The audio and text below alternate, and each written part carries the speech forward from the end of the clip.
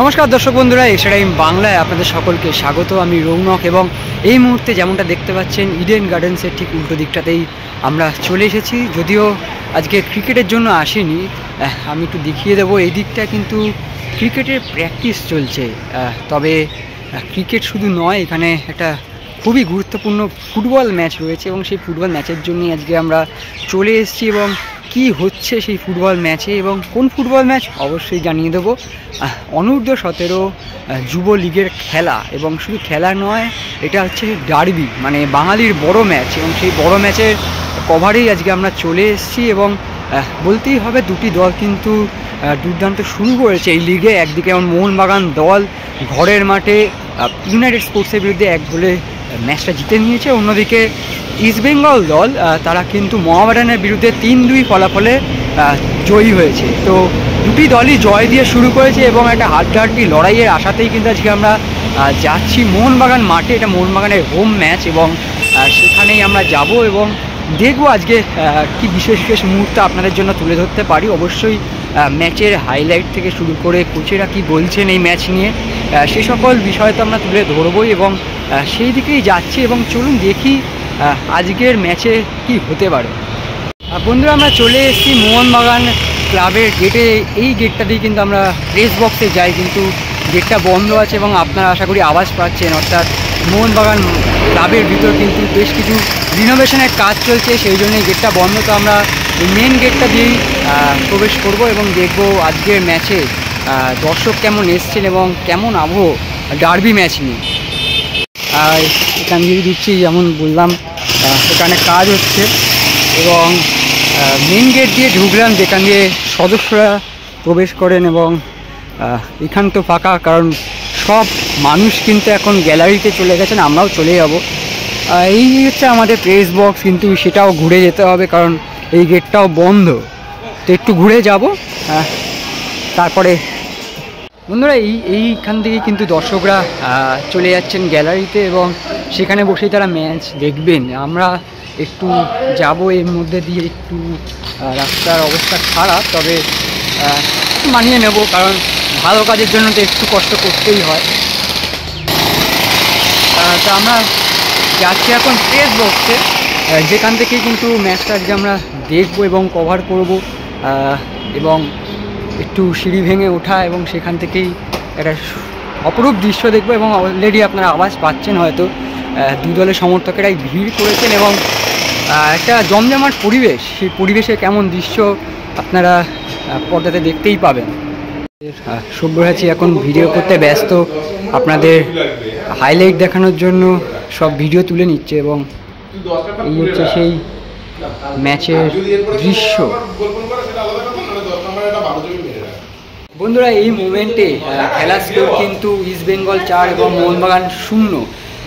এবং ঘরের মাঠে এরকম পিছিয়ে থাকা অবশ্যই একটা চিন্তার বিষয় মোহনবাগান সমর্থকদের জন্য। এবং আমাদের সব্যসাচী ভিডিও করছে এবং অন্যান্য রিপোর্টাররাও তাদের কাজ করছে। সব্যসাচী, কাদের খেলা তোমার নজরে এলো একটু যদি বলো। যদি আমরা বলতে পারি, মেনলি ইস্টবেঙ্গলটা খুব ভালো খেলছে। মোহনবাগান আমি যখন ভিডিও করছি সেটা মোহনবাগান অ্যাটাকে যাচ্ছে, কিন্তু বলতে গেলে ইস্টবেঙ্গল দেখা যাচ্ছে যুবরাজ সিং গ্রেওয়াল প্রথম পেনাল্টিতে গোল করেছেন ফার্স্ট মিনিটেই, আর তারপর দেবজিৎ, এরা সবাই গোল করেছে সেকেন্ড হাফে। পরপর 3টে চলে এসছে, আর স্বাভাবিকভাবে যা দেখতে পাচ্ছি 4-0 ফলাফল এখনও অবধি। জানি না পরে ফলাফল কী হবে। মোহনবাগানের 3টে চেঞ্জ অলরেডি হয়ে গেছে, আলফ্রেড, দেবজিৎ এরা প্রত্যেকে গোল করেছে। তো এখন দেখা যাক শেষ অবধি স্কোর লাইনটা হয়। অবশ্যই বন্ধুরা, ম্যাচটা শেষ হয়ে গেছে এবং যে ফলাফল আমরা একটু আগে বলছিলাম 4-0, সেই 4-0 ফলাফলই খেলা শেষ হয়েছে। শেষের দিকে মোহনবাগান কিছু আক্রমণ করেছিল, গোলের কাছাকাছিও পৌঁছে, একবার ক্রসবারও লেগেছিল বল। এবং এই মুহূর্তে যদি দেখাই, গ্যালারি কিন্তু ফাঁকা হয়ে গেছে, কারণ ম্যাচ শেষ এবং খেলোয়াড়রাও বেরিয়ে গেছেন এবং তার সাথে সাথে সমর্থকেরাও তারাও নিজেদের বাড়ির দিকে এগিয়ে গেছেন এবং আমরা রয়েছি এখনও। এবং সব্যসাচী কী বলবে পুরো ম্যাচটা নিজেদের শর্টে বলতে হয়?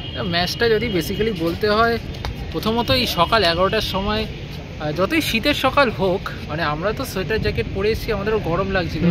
এবং যারা প্লেয়াররা তারা অবিরতভাবে খেলছে, আন্ডার 17, অনেকেই তারা জুনিয়র প্লেয়ার, তারা এই রোদের মধ্যে খেলতে গিয়ে অনেক সময় তারা সমস্যায় পড়েছে, ফিটনেসের সমস্যা দেখা দিয়েছে।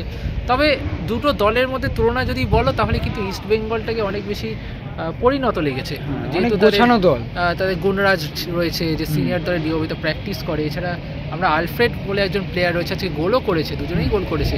এই দুজন প্লেয়ারের জন্য অনেকটাই পরিণত লেগেছে ইস্ট বেঙ্গল দলকে। তবে এইটাকে বলে অস্বীকার করা যায় না যে মোহনবাগান কিন্তু তারা চেষ্টা করেছে, শেষের দিকে একটা বার্স্ট আমরা দেখতে পেয়েছি, অ্যাটাকিং বার্স্ট তারা অনেকগুলো তৈরি করেছিল।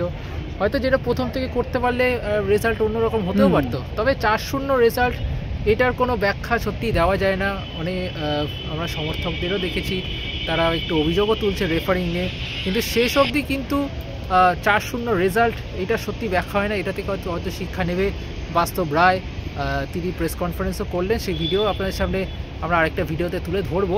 এবং যেটা আমরা দেখতে পেলাম যে অবশ্যই মোহনবাগান সাপোর্টার, এই যে গ্যালারিতে আমরা দাঁড়িয়ে রয়েছি মোহনবাগান মেম্বার্স গ্যালারি, সেখানে মোহনবাগান সমর্থকরা বসেছিলেন। আর ঠিক উল্টো দিকে যে মেম্বার্স গ্যালারির উল্টো দিকে যে স্ট্যান্ডটা, পিডব্লিউডি স্ট্যান্ড, সেখানে কিন্তু রয়েছিলেন ইস্ট বেঙ্গলের সাপোর্টাররা। এবং স্বাভাবিকভাবেই সেভাবে কোনো আক্রোশ, মানে একটা বাদানুবাদ তো ছিলই, পোস্টার ব্যানার এসবের মাধ্যমে। এবং মাঠের বাইরেও ম্যাচ যখন শেষ হয় সেখানে আমরা দেখতে পারি যে তাদের মধ্যে একটু ছোট একটা বাদানুবাদ লেগে গেছিলো, যদিও মোহনবাগান সমর্থকেরই একজন প্রতিনিধি এসে তাদেরকে আটকায়।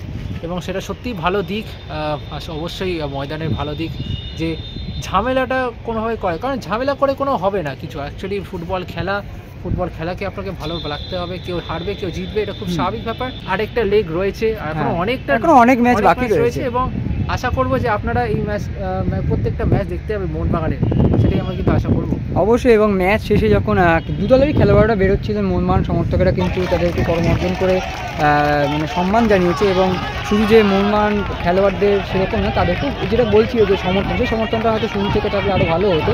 তবে শেষে গিয়ে কিন্তু এমন নয় যে পুরোনো দিনের মতো যে তাদেরকেই দোষারোপ করা, এমন কিছু নয়। এবং কোচ বাস্তব রায়েরও পাশে দাঁড়িয়েছেন তারা। এবং একই সাথে ইস্টবেঙ্গল খেলোয়াড়রাও যখন বেরিয়েছেন, এর আগে আমরা দেখতে পেতাম যে খুব বড় ঝামেলার সৃষ্টি হতো, তেমন কিছু আমরা দেখিনি। কি দেখলাম সেটা আপনারাও দেখবেন, স্ক্রিনে আমরা তুলে ধরবো সেটা। এবং ম্যাচ শেষেও যে ছোট একটা ঝামেলার সৃষ্টি হয়েছিল সেই দৃশ্যও আমাদের ক্যামেরায় ধরা পড়েছে কিছু। এবং এরপরই কিন্তু মোহনবাগান সমর্থকেরাই সেই ঝামেলা থামিয়েছেন। এবং স্বাভাবিক, বাংলা থেকে দুটো দল খেলছে, সেখানে তারা ইন্ডিয়ার শ্রেষ্ঠ লিগে তারা রিপ্রেজেন্ট করবে, সেখানে মনে হয় নিজেদের মধ্যে বিবাদটা যত কম করা যায় বা না করাই ভালো। আজকের এই ব্লগটা এই পর্যন্তই থাকলো। আপনাদের প্রথম থেকে একদম ম্যাচ শুরুর আগের থেকে মোহনবাগান মাঠেও যে গ্যালারিতেও যে কাজ চলছে, ক্লাবের আশেপাশেও যে কাজ চলছে, কিংবা প্রেস বক্স থেকে আমাদের খেলা কেমন দেখি সেটাও আপনাদের একটু দেখানোর চেষ্টা করলাম। এবং একই সাথে দুই দলের সমর্থকদেরও উন্মাদনা সেটাও তুলে ধরা হলো এই ব্লগে। তো ব্লগটা ভালো লাগলে অবশ্যই লাইক করবেন, শেয়ার করবেন বন্ধুদের সাথে এবং কমেন্ট বক্সে জানাবেন। এবং আমরাও একটু অনুপ্রাণিত হতে চাই, তাহলে আরও একটু ব্লগ নিয়ে আসবো, আরও ভালোভাবে আরও বেটারভাবে আনার চেষ্টা করবো ব্লগগুলো। এবং অবশ্যই সাবস্ক্রাইব না করে থাকলে সাবস্ক্রাইব করুন, লাইক না করা থাকলে লাইক করুন এবং এভাবেই পাশে থাকুন। নমস্কার, good bye. Extra time.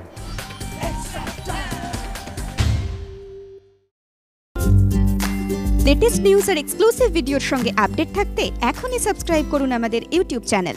Bell আইকনে ক্লিক করতে ভুলবেন না যেন।